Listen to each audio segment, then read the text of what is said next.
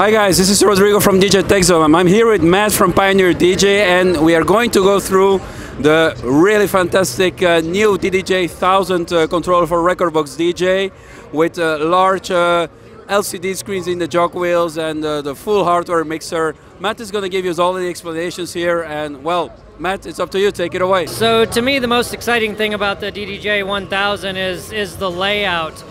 For the first time on a controller, we're actually using the exact same jog wheel as CDJ-2000 Nexus 2. You actually have the same feeling adjust, the exact same platter. The only difference is we actually have a higher resolution display in the center now that you can actually customize. You can display your album artwork, it displays the waveform of your track, and it also does a cue point countdown where it'll count down to your next cue points. Also, if you activate slip mode, the screen will go red, and if I change to a different deck, the screen will go blue. So I can control decks 1 and 3 from here, and decks 2 and 4 from the other side. But the exciting thing is that it's got the same layout as a CDJ Nexus with the loops control buttons up here, the play cue buttons here, and also the mixer layout is all the same. So to me, the exciting thing about being in the Rekordbox ecosystem is that you can have this more affordable and more portable controller, maybe as a home setup and for your portable gigs and things, but your muscle memory with working with this unit is going to translate perfectly to the nightclubs that have like the Nexus 2 system. And further, because with Rekordbox you have the power of playing, performing with your laptop and without it. Any work that you do setting cue points and everything on this unit, later when you export to a flash drive, will export to a flash drive, and those cue points will appear when you're performing on our standalone hardware such as the XDJs and the CDJs.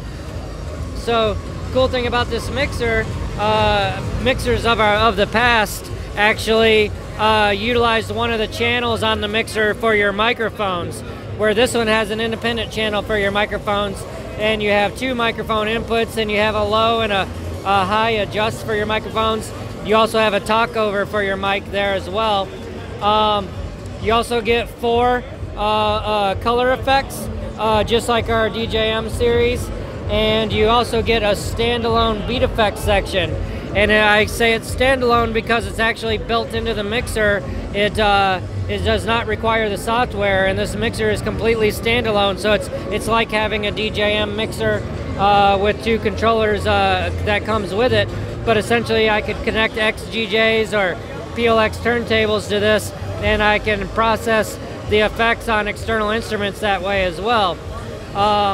So just to be clear, Matt, when you plug in external hardware, so media players and turntables, the effects are fully hardware. So all the entire effects section can be used with external. It doesn't need Rekordbox to work. Yeah, if I had an XDJ here, like an external unit playing music into the unit, I could just unplug from Rekordbox and not be connected to the laptop whatsoever, and I could still use the effects that are built into the mixer on there. So yes. And as far as the controller, we have the standard pad modes that you've seen on our controllers of the past. We got Hot Cue, we got Pad Effects 1, Pad Effects 2. We also now have a keyboard mode that allows you to spread your cue point across the pads chromatically, so you can play melodies with cue points.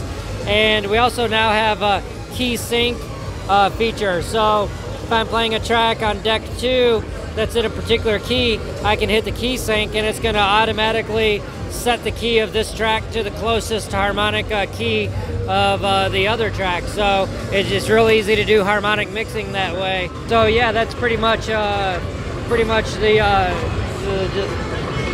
pretty much everything on the DDJ-1000. It's going to be available mid-February, and the price point on it is $11.99 USD.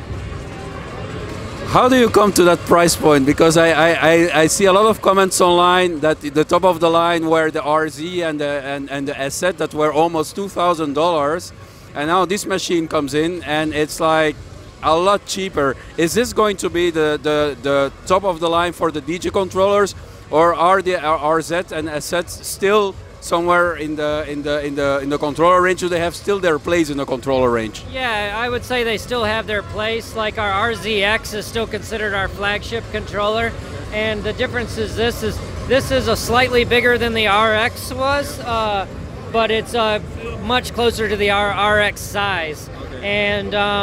And I think they just really tried to bring like DJM features into a more affordable package. I think the goal of this was to bring that layout to a much more affordable and much more obtainable price point. So. Okay. Thank you so much for that one. Yeah, thank you so much.